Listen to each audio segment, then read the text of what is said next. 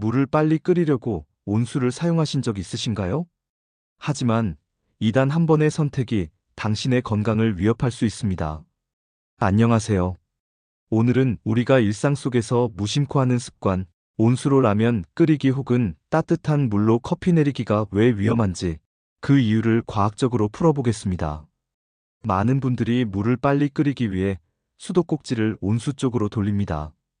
끓이는 시간이 줄어드니까 효율적이지 않나? 맞습니다.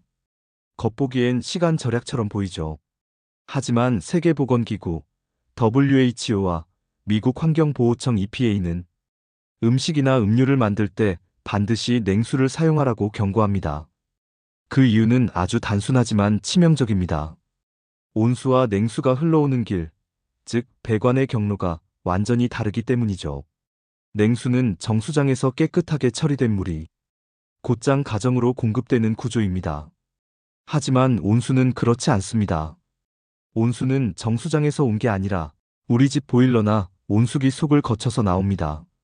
즉, 배관 속에서 한참 머물렀던 물이 흘러나오는 것이죠.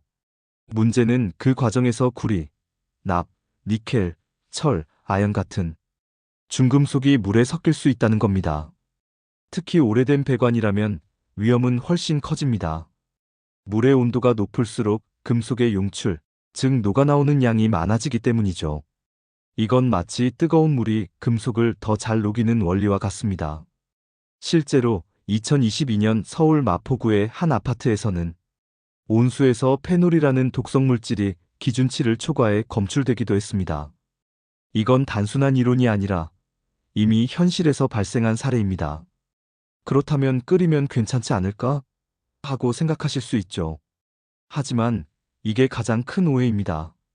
물속에 들어있는 세균이나 트리알로메탄 같은 염속의 부산물은 끓이면 대부분 사라집니다. 그러나 중금속은 그렇지 않습니다. 중금속은 증발하지 않기 때문이죠. 끓인다고 해서 사라지는 게 아니라 오히려 물이 증발하면서 금속의 농도가 더 높아질 수도 있습니다. 즉, 끓일수록 더 위험해질 수도 있는 겁니다. 이 중금속들은 인체에 들어가면 신경계, 간, 신장, 혈액, 호흡기 등에 누적됩니다. 특히 납, 수은, 카드뮴은 인체에 미치는 영향이 큽니다. 납은 어린이의 두뇌 발달을 심각하게 저해합니다. 학습장애, 집중력 저하, 행동 문제를 유발하죠. 성인에게는 고혈압과 신장 손상의 원인이 됩니다. 수은은 중추신경계를 공격합니다. 기억력 감퇴, 손떨림, 시력과 청력 저하가 일어나고 심하면 신장 손상까지 이어질 수 있습니다.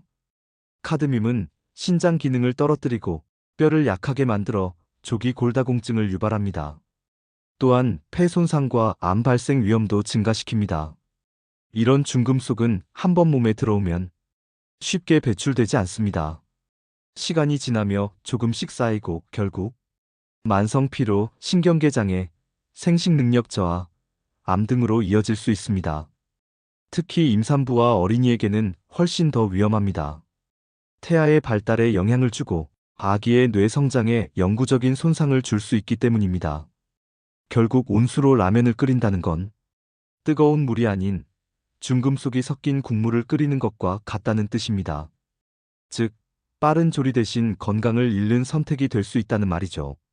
그렇다면 우리는 어떻게 해야 할까요? 가장 간단한 원칙은 이것입니다. 요리나 음용에는 반드시 냉수를 사용하라. 수돗물을 장시간 사용하지 않았다면 처음 10초에서 30초 정도는 그냥 흘려보내세요. 그 사이에 배관에 고여있던 불순물과 녹물이 빠져나갑니다. 또한 수도꼭지에서 이상한 냄새가 나거나 색이 탁해 보인다면 즉시 사용을 멈추고 보건소나 수질관리기관에 신고하세요. 임시로는 정수기나 생수를 사용하시면 됩니다. 물론 정수기 필터도 주기적으로 교체해야 합니다.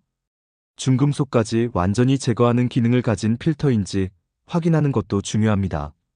자, 이제 다시 질문 드리겠습니다. 물을 빨리 끓이려고 온수를 사용하시겠습니까?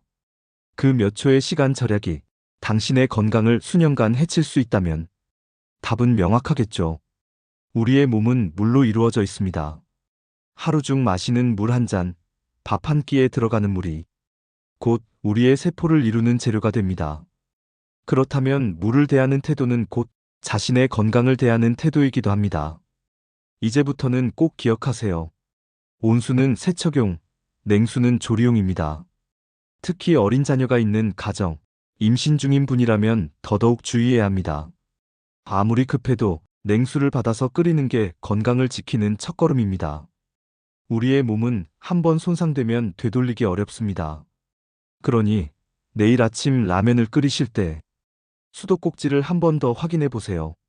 온수가 아닌 냉수에서 시작하는 것이 당신의 건강을 지키는 가장 작은 실천입니다. 오늘의 결론입니다. 뜨거운 물은 빨리 끓지만 건강은 천천히 무너진다. 작은 습관 하나가 건강을 지키는 큰 변화가 됩니다. 감사합니다.